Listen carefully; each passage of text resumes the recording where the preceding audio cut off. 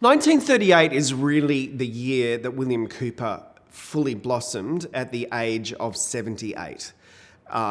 It was the year that begins with him celebrating the Day of Mourning on the sesquicentenary of the founding of Australia and flipping the celebration into a day of reflection on what Indigenous people had lost.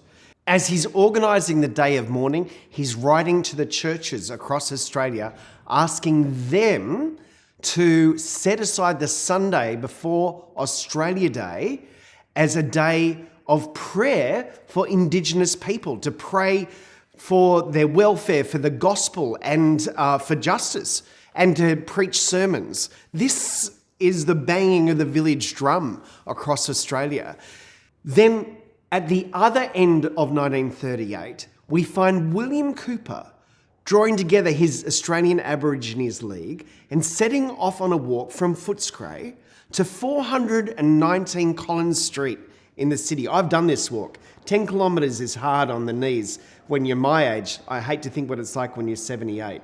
And William Cooper does that to confront a government. But it's not the British government or the Australian government or the Victorian government. It's the German government. And he's there to confront Dr. Dreschler about the Reich's mistreatment of the Jews following Kristallnacht. Yad Vashem, which is the research centre in Jerusalem, says that this event has no parallel in the world. It didn't happen in Paris or London or New York.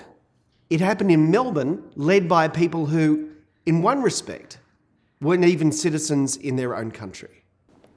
One of the great mysteries about this man, William Cooper, is why he peaked so high so late in life. He was a shearer, he was a big physical man like Daniel Matthews, and he was like Daniel Matthews in a lot of ways. I know his grandson, Uncle Boydie, he tells me about how they were very serious on reading the Bible every day and very pious, quiet, gentle man, except when it's a serious topic, then the voice rises up and he takes control. William Cooper named his first son Daniel. He loved Daniel Matthews and was heartbroken when his own son died on the Western Front in the First World War. William Cooper is a man who Indigenous activists today might find a little hard to fit in their imagination because he was quite strong on British justice. He frequently appealed to it, and he was a very devout Christian.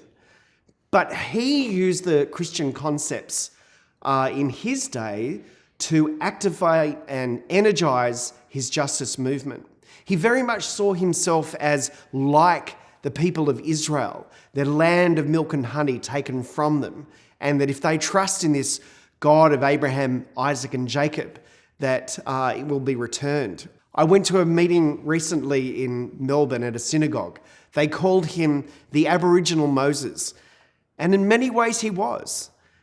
And the way that he continued his story was substantially through the churches, especially in creating Aborigines Day, the Sunday before Australia Day, which later, in the 50s, was moved to June, July.